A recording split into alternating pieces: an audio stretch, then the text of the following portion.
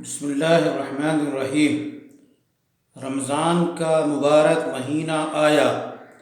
رمضان لفظ کے اعتبار سے اپنے اندر معانی رکھتا ہے، حقائق رکھتا ہے، ایسی چیزیں رکھتا ہے جس سے ایک انقلاب برپا ہو سکتا ہے۔ رمضہ سے بنا ہوا ہے رمضان۔ رمضہ کہتے ہیں اس سنگلاخ پتھریلی زمین کو جو گرمی کی شدت کی وجہ سے آس پاس کی رویدگی کو جلا کے خاکستر کر دے۔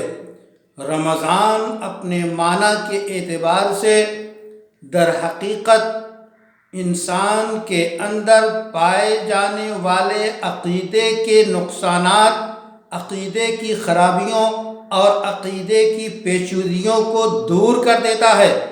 رمضان بدی کو خاکستر کر دیتا ہے۔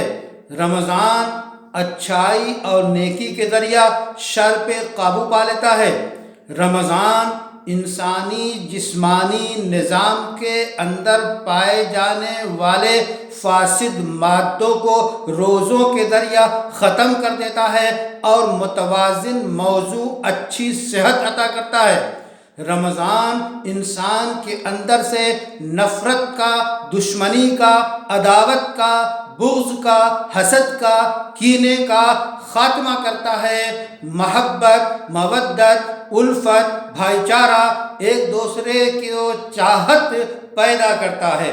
رمضان مبارک اپنے روزوں کے ذریعہ انسان کے اندر ایک تبدیلی لاتا ہے، ایک انقلاب برپا کرتا ہے۔